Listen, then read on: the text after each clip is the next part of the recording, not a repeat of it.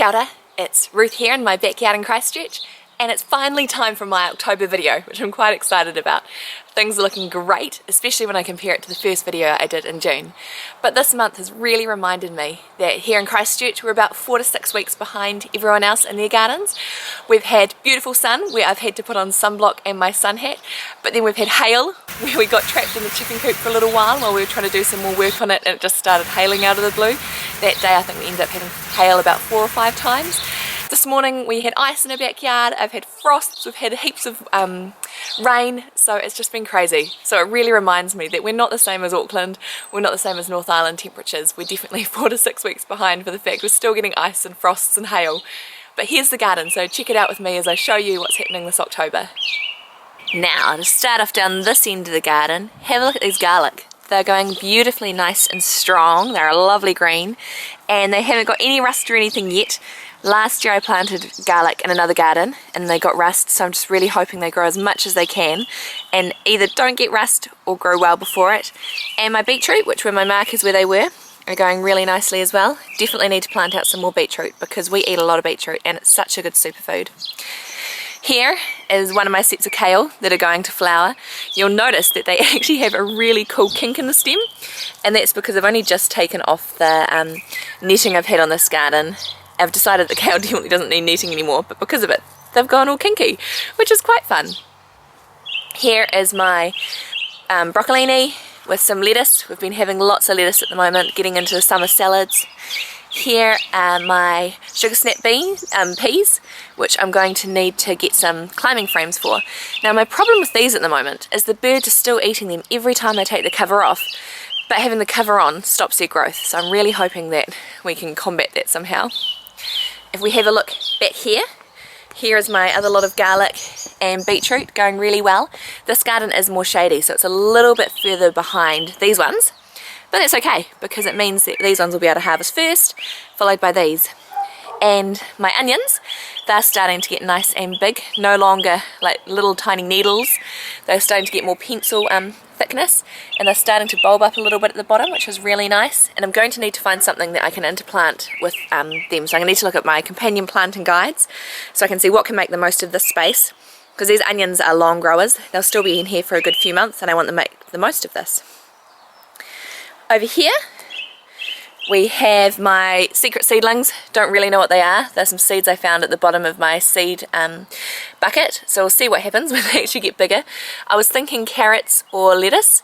They're not really looking like carrots at the moment, so maybe they're lettuce, we'll see.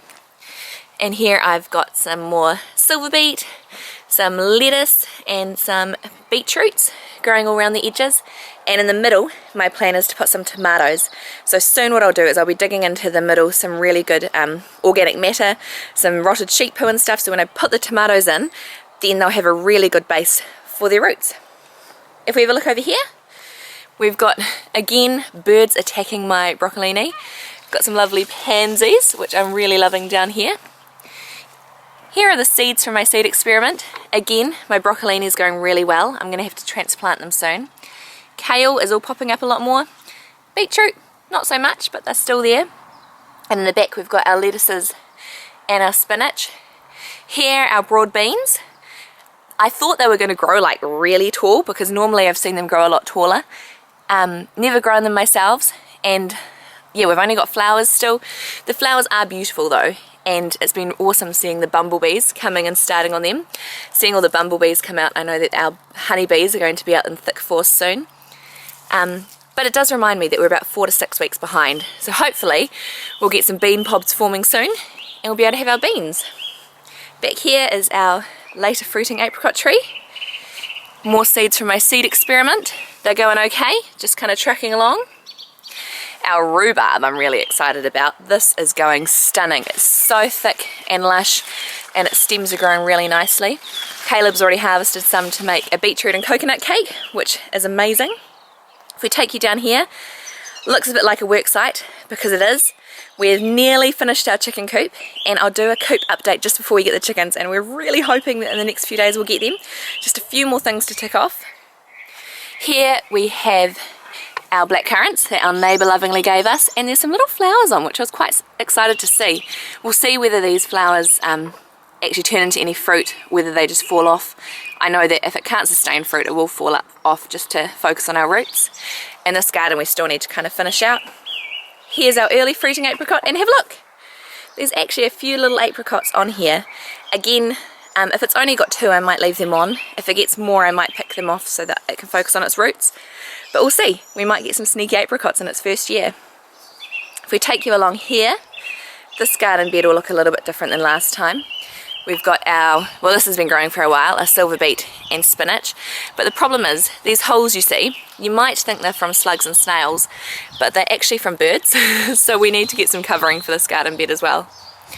Around here, we've got lettuces, which, yeah, are getting eaten by birds, so we really need to cover them. Over this side, we've got some lovely little carrots that have been growing for a little while. They, I'm really excited about.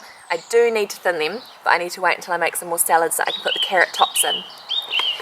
Over here, you'll see something exciting. We're going to be putting that on the chicken coop soon, which will be one of our nearly finishing marks. Our strawberries are perking up quite nicely. Over here is one of our 6 blueberries. We put them in last season, and they've got some lovely flowers again. Last year they were laden, but much to Caleb's disgust, I took them all off. So this year, maybe 50, maybe 70% I'll take off, so again it can focus on its roots, and then next year let it have more. And here, this one is all our kale going to flower. These ones I'm going to be saving at least a good few plants to turn into seeds. And a good reminder, my dad reminded me after the last video about seed saving, is when you are seed saving, it's a really good idea to put them in envelopes first in paper, because if they're any little bit moist still, if they haven't finished drying, they'll get mouldy and then you've lost all your lovely seeds. So paper's great first because it can still breathe. In the back here we've got our beetroots. We've been taking lots of leaves for smoothies and salads and picking some more. Here's a weed, we'll take that out while we're here. Brussels sprouts, I was going to leave them to go to seed, like they are going to seed right now. They look very similar to kale because they're from the brassica family. But I might just buy seeds. I'd like to have another go with them. We'll see how they go. And down here, last but not least, is our strawberries. And we've got some lovely little flowers coming up, so we'll know we'll have some early strawberries. I definitely need to keep feeding them so that they keep being happy. And they're going really nicely. And I'll quickly take you for a walk over this side, because here is where we've got some flowers coming up, which is really lovely. One of my favourites I'll start with is irises. My grandma loved irises, and I think it's born a love for me too. These ones are bulb irises, and down below we've got some rhizome ones, which will open soon. Got some freesias that have been threatening to open for a couple of days. And we've got quite a few pansies. Now pansies I've been really enjoying recently, and violas for eating and adding to salads. So that's been really fun. We've got our scabiosas starting to open, and lots of things just planning to. Over here is our persimmon. It's got some lovely leaves coming up, which is really exciting. This one's been here for a couple of years, but definitely a few years off fruiting. Got stock standard lovely spring daffodil, bringing so much joy and brightness. And last but not least, over here, our crabapple tree is a jack hum, and it's starting to get its leaves going as well. We over winter just chopped off the top because it was getting way too high. And we wish we want to keep it a bit more standard, and it's been great. It's responded well. It's put out a few more shoots and should be really good this summer. Thank you again for watching. This video's been a lot longer than I planned it to be, but I think because it's coming into spring and summer, there's so many more things that are growing in the garden, so I might have to do half and half, otherwise I just will become too long. Make sure you check out the next video. I'm going to do a pre-coop tour showing our chicken coop before the chickens have come, and then our girls will be here.